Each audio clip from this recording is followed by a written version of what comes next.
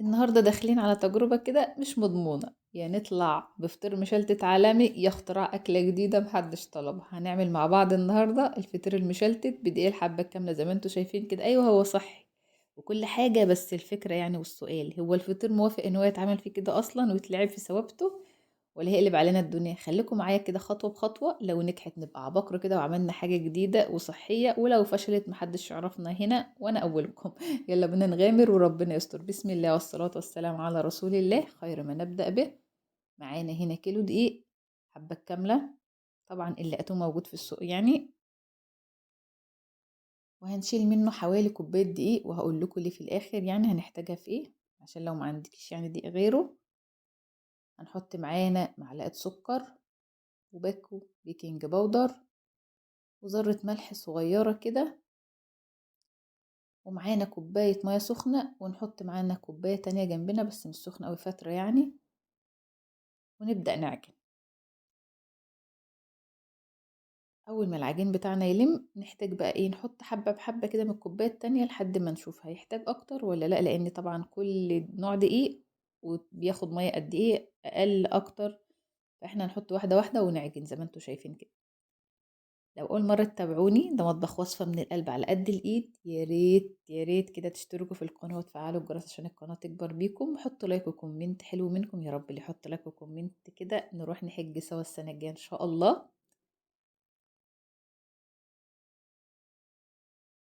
ونلم العجينة كده بالراحة واحدة واحدة كده.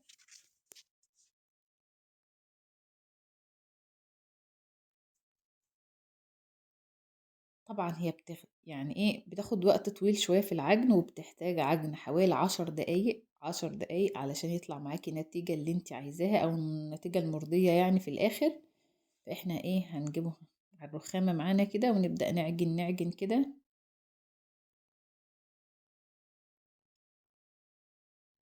نعجن فيه شوية كتار كده لحد ما ينشف معانا حبة، وتحسي ان هو لم خالص.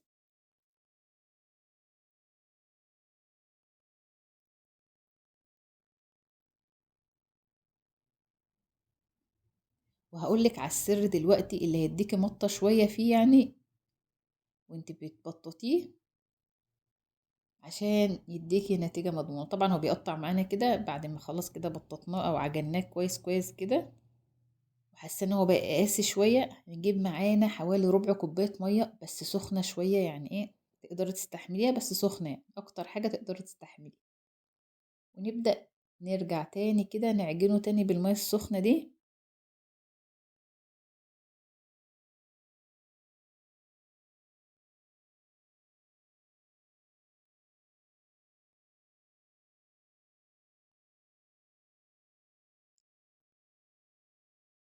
ونلمه بقى معانا زي ما انتوا شايفين، هيقطع كده شويه بس مع الفرد واللم فيه هيرجع تاني يلم تاني، وتحسي ان هو شد شويه عن الاول. خلاص كده ما عادش بيلزق، وخلاص لم خالص، وبقت عجينة طرية زي العجينة العادية خالص. تحسي ان هي بقى فيها مط اكتر. خلاص كده نبدأ نلمها.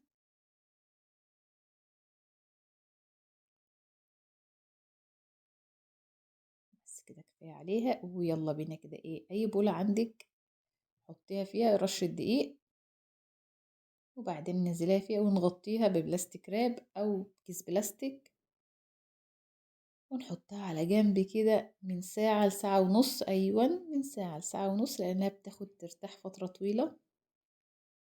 بعد ما رجعنا لها بقى كده بعد ايه ساعة وربع ساعة ونص، بقت طرية جدا زي ما انتوا شايفين وارتاحت الحمد لله. نجيب بقى معانا اي طبق كده ونحط عليه شوية زيت عشان ما تلزقش معانا.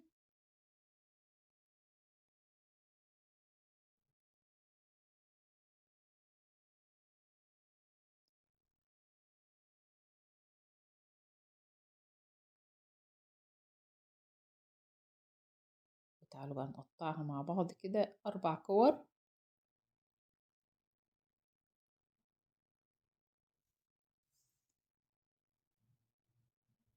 ونرجع نغطيها تاني كده ربع ساعة برضو ببلاستيك كده، ونحط فوقهم فوطة.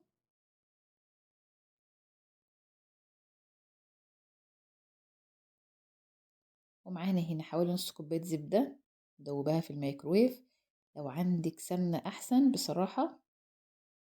ونحط على شوية زيت كده ونقلبه ونحطه معانا على جنب. ونبدأ بقى ناخد أول واحدة احنا عملناها. يلا كده ايه على المطبخ كده. ونرش رشة دقيق بسيطة لأنه ايه لو لزق مش هنعرف نسلكه. ونبدأ نبطط بقى كده بإيدينا أو بالنشابة. أنا عايزة أقول لكم هو يعني ايه بتمطش بسهولة يعني زي العيش الدقيق العادي. لأن طبعا مفيش فيه عرق والردة بتبقى يعني ايه بتخليه بيقطع. فاحنا هنبططه. هو أحسن حاجة فيه إن هو بتفرد بسهولة جدا جدا وما بيرجعش تاني. يعني تحس إن هو بالنشابة كده تفردي بيتفرد على طول معانا. بس نحاول إن هو ما يلزقش تحت علشان لو لزق بيتقطع على طول ما نعرفش نسلكه يعني. ونبدأ بقى نبططه كده لحد ما يبقى رقيق معانا خالص خالص يعني. بس ما نحاولش برضو نشده لأنه ما بيتمطش بصراحة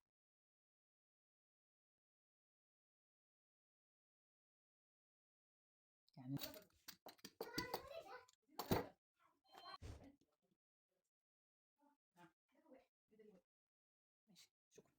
خلاص كده بعد ما رققناه خالص زي ما انتوا شايفين كده. نبدأ بقى ندهن وشه زبدة أو سمنة زي ما انت عايزة. وتعالى أقولك بقى على السر اللي يخليه يبقى مورق معانا وعامل ايه طبقات حلوة كده وباينة حتى لما تبططيه تاني. رش الدقيق بعد ما نرش الزبدة يعني بعد ما ندهن زبدة نرش دقيق كده بسيط من الدقيق اللي احنا شايلينه على جنب زي ما قلت لكم. ندهن زبدة ونرش رشة دقيق علشان يعمل فراغات ما بين الطبقة والطبقة. عشان ما يرجعش تاني بيشرب الزبدة طبعا وبتختفي ومبقاش فيه ولا طبقات ولا أي حاجة. ندهن بقى كويس جدا كده زي ما انتوا شايفين ونرش رشة بسيطة كده من الدقيق حبة كاملة برضو. ونقفله من الجوانب.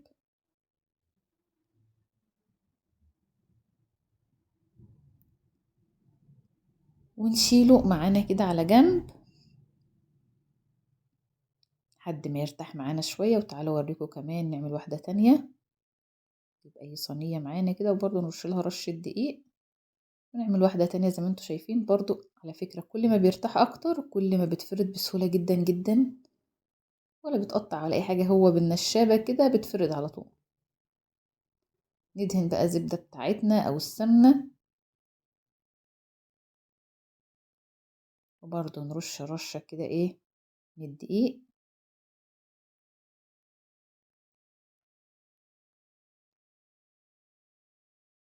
وهكذا كل ما نتني تانية ندهن زبدة ونرش معانا رشة دقيق خفيفة من الدقيق اللي احنا شايلينه.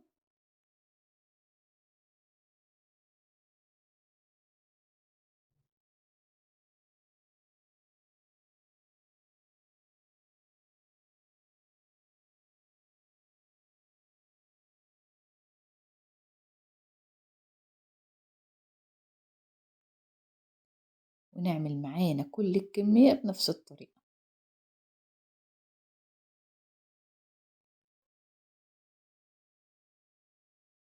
بس كده خلاص. وتعالوا اوريكم بقى هنعمل فيهم ايه. نحطهم معانا على الصينية. ونغطيهم بأي فوطة كده ناشفة معانا علشان يرتاحوا لهم 10 دقايق ولا ربع ساعة. وبعدين نجيب الصينية بتاعتنا. طبعا عايزين تبططوها زي ما هي كده بططوها. مش عايزين هنقفل الحروف بتاعتنا كده كويس. ونبدأ نبططها كده حوالي ايه يعني نص سنتي عشان ما تبقاش لا رفيعة قوي ولا سميكة قوي. الفرن بتاعنا والع على درجة حرارة 200. هنحطه في أول رف من تحت. ندهن بقى كده وشها زبدة. ونحطها معانا كده على جنب 5 دقايق ولا حاجة لحد ما الفرن بتاعنا يسخن. تعالوا بقى نجيب التانية وهي مربعة كده نفردها شوية بالنشابة. ونحط معانا صينية على البوتاجاز. احنا هنعمل على البوتاجاز وهنعمل في فرن البوتاجاز. فانت الطريقة اللي تريحك اعملي. نفرده بالراحة كده لحد ما نرققه شوية، وأول ما الصينية بتاعتنا تسخن هنحطه فيها، ويبقى شبه المسمن المغربي شوية كده، بس التاني بيتعمل بالدقيق الذرة الناعم. حبايبي طبعا وأصدقائي، طبعا هننزل كده ايه، أول ما الصينية بتاعتنا تسخن هننزل فيها على طول هي سخنة. طبعا لو انت حابة تعمليه مدور زي ما عملناه في الفرن اعملي عادي يعني. أول ما يبدأ ياخد سوا من تحت كده نبدأ نضغط عليه عشان يستوي كويس، لأنه طبعا لو خد لون من تحت بيفضل معجن من جوه مبيستويش كويس، فتضغطي عليه شوية كده بسباتولا ولا أي حاجة عندك لحد ما تحسي إن هو بدأ ياخد كده لون ويعمل فقاقيع كده هوا تحت، فخلاص كده يعني ايه بدأ يستوي من جوه. أول ما ياخد لون من تحت هنقوم قلبينه ونديله دهنة زبدة كده عشان ما ينشفش معانا. تعالوا معايا بقى ايه نشوف اللي في فرن البوتاجاز بعد ما خد لون من تحت، لانه اصلا مش بياخد اي وقت، لو سبتيه في الفرن كتير بينشف. اول خلاص خد لون من تحت كده واستوي، تحسي ان هو خلاص استوى كده، نبدأ نديله دهنة زبدة. لو هو منزل زيت ولا حاجة ممكن تاخدي من اللي نازل حطي على الوش، مش منزل حاجة زي ما انتوا شايفين كده لانه بيمتصه، هندهنه وشه زبدة او سمنة بلدي ونحطه في الفرن. اول ما ياخد لون ونطلعه وهو سخن نلفه بفوطة وورق فويل كده كتير، او نحطه في كيس بلاستيك، لازم تحطيه في كيس بلاستيك لحد ما يطرى خالص عشان يديك الشكل اللي انت شايفاه ده. بصراحة ريحته تحفة قلب الدنيا، ومورق جدا جدا وزي الفطير العادي بالظبط بالظبط. جربوه، لو انتوا حابين تجربوه جربوه وشوفوا ايه رأيكم فيه وقولولي. تعالوا بقى ندوقه مع بعض كده مع عسل واقول لكم طعمه كمان. بسم الله. طبعا هو طعمه حلو بس مش زي العادي خالص، مش زي الفطير العادي خالص، ومورق، طعمه زبدة، مش سايح قوي يعني وتقيل قوي زي العادي بتاعنا يعني. بسم الله. بس هو نفس الشكل. طبعا لو انتوا حابين تجربوه حاجة صحية جربوه وشوفوا هيعجبكم ولا لأ. هي كتجربة حلوة ونجحت الحمد لله، بس يعني حاسة ان هو ايه مش الفطير العادي اللي احنا متعودين عليه، وعلشان ما اضحكش عليكم وتشتروا دقيق غالي او كده، يعني انا مش عارفة، انا حاسة ان هو لو عملنا بيه عيش احسن او عملنا بيه توست احسن، انما فطير حاسة ان ايه مش جاي معايا خالص الفطير بصراحة. لا حاسة الفطير هيزعل مننا بعد كده.